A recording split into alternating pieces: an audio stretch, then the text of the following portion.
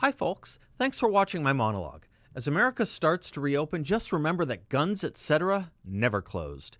They still have over 10,200 square feet of ammo, firearms, and accessories, including safes, and they remain open for business. Stop by their huge store in Mesa or just click on gunsetcetera.com. And if you like my monologues, please subscribe to 960 The Patriots YouTube channel. Thanks. Welcome back and happy June 23rd, 2020. You've heard me worry about our 4th of July celebration coming in 6 years, 2026, celebrating our 250th anniversary as a country. I've been worried about the decayed and degraded state of our patriotism that is running fast further towards entropy, as in the second law of thermodynamics. Maybe it should be the first law of the American left. I think of what Saul Alinsky wrote in the opening of his Rules for Radicals. Quote, "What follows is for those who want to change the world from what it is to what they believe it should be." The Prince was written by Machiavelli for the haves on how to hold power. Rules for Radicals is written for the have-nots on how to take it away. Of course, this was a precursion of sorts that turned out to be wrong. The have-nots are today quite different from what Alinsky imagined back in the early 1970s. Today, the haves are all on the left. They run our schools, our universities, most of our foundations, our media, our entertainment, our corporations, and our athletics, professional sports, increasingly, too, the military, at least its leadership. Who are the have-nots? Still, of course, those in the lower socioeconomic classes. Of course, and there will always be some of that. But the more one researches and studies, the more one realizes that that is not a permanent condition for the individuals or families in those strata. There are rules for success in America that are even more ironbound and soundly researched than there are rules for radicals. If I may quote from the Brookings Institution, a liberal left think tank which does sound social research on the domestic front, quote, "Let politicians, school teachers, and administrators, community leaders, ministers, and parents drill into children the message that in a free society, they enter adulthood with 3 major responsibilities. At least finish high school, get a full-time job, and wait until 21 to get married and have children. Our research shows that of American adults who follow these 3 simple rules, only about 2% are in poverty, and nearly 75% will join the middle class." But there is nothing in Alinsky's tract on any of that. Nothing, because he wanted social upheaval. For instance, Rule 3 in Alinsky's book, quote, "Whenever possible, go outside the expertise of the enemy. Look for ways to increase insecurity, anxiety, and uncertainty." Close quote. I've called this permanent revolution. I've called this angst and anxiety, the crisis industrial complex, the constant convulsion of our calm. Everything is an emergency. Everything is as bad as it can be. We're on the eve, present eve, always, of destruction. Now go to Rules 6, 7, and 8. Quote, "A good tactic is one your people enjoy. They'll keep doing it without urging and come back to do more. They're doing their thing and will even suggest better ones. A tactic that drags on too long becomes a drag. Don't become old news. Keep the pressure on. Never let up." Close quote. I give you the modern-day crisis industrial complex, aided and abetted by looting and rioting in the name of race, and an alternation between that being the crisis or the coronavirus, and when the virus recedes, give it a break and then bring it back, perhaps with an ardent need and push for testing so that the numbers can be made to look as bad as possible without context, and more panic and fear can be imbued and infused in and throughout the society. Keep the pressure on, never let up, as Alinsky says. Think about it. Constitutional crisis, impeachment, pandemic, racist institutions, and law enforcement. Now go to Rule 9. Quote, "The threat is usually more terrifying than the thing itself." Worth repeating. The threat is usually more terrifying than the thing itself. Yeah.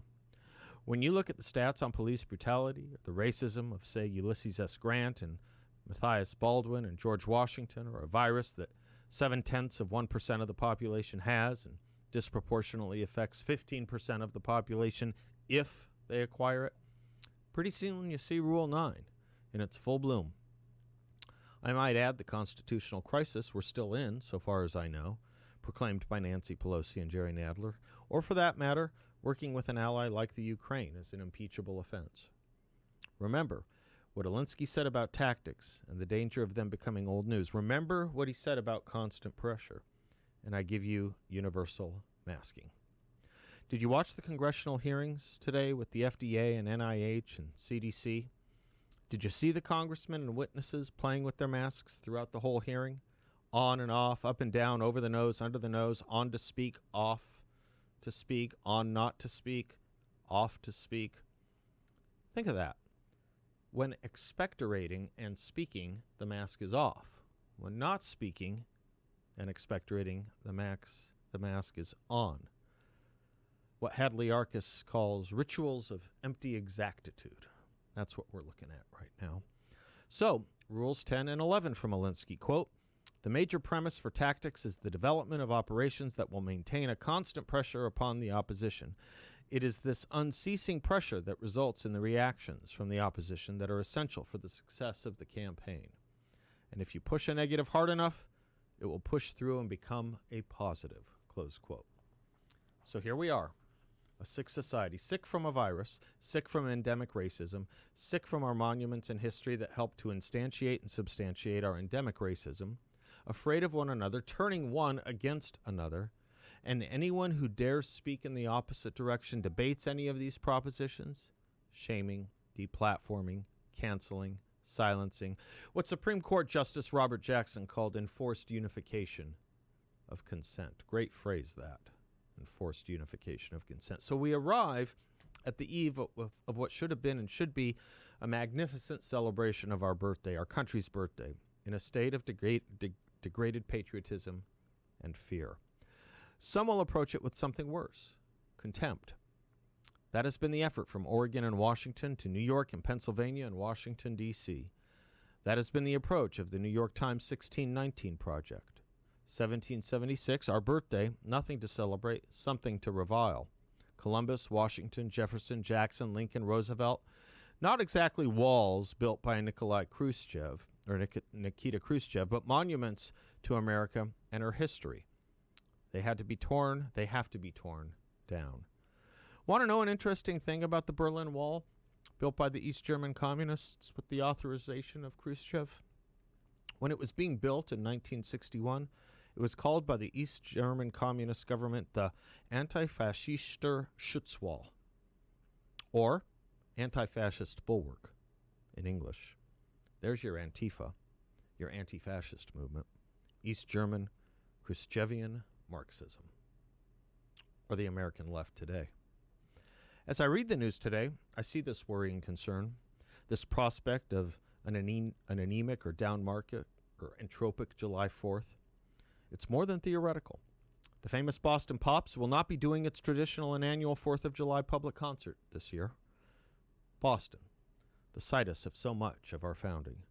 In New York, let me quote NBC News. Quote, "Mayor Bill de Blasio announced today, that the city and Macy's will bring unique, smaller fireworks displays to each of the 5 boroughs, with the first show scheduled on Monday, June 29th. They'll last daily through July 4th. So not one big special show commemorating a special date, but, quote, smaller fireworks displays spread out over several days. I give you what John Stuart Mill called the decayed and degraded state of moral and patriotic feeling. I guess once you think slavery was our founding, 1619, and not freedom and equality, 1776, I guess once you think Lincoln and Grant were enemies of equality and that the Confederacy's cause, rather than its defeat and surrender, is the dominant narrative of our country, I guess once you think we should all be afraid of one another and are living under a president who is an existential threat to our Constitution, as Joe Biden put it, or in a constitutional crisis, as Nancy Pelosi and Jerry Nadler put it, I guess once you are made to feel ashamed of monuments to our greatness, you can get us here, to that decayed and degraded state of patriotism. The problem is, though, contra Alinsky, this is one threat that is not more terrifying than the thing itself. This decay and degradation is, at least to this American, completely terrifying. For as the Cuban refugee said to Ronald Reagan in that famous speech of his, "You think you're lucky? You think how lucky you are? I had someplace to escape to. America. It's no longer about left or right, as Reagan said in that speech. It's about up or down. Up to man's age-old dream, the ultimate in individual freedom, consistent with law and order, or down to the ant heap of totalitarianism. Those are the stakes right now. Nothing less. And it's moving very fast. Much faster than I thought. The political race is now a republic's race. Freedom's race. Pull up your socks, because we got to run in it.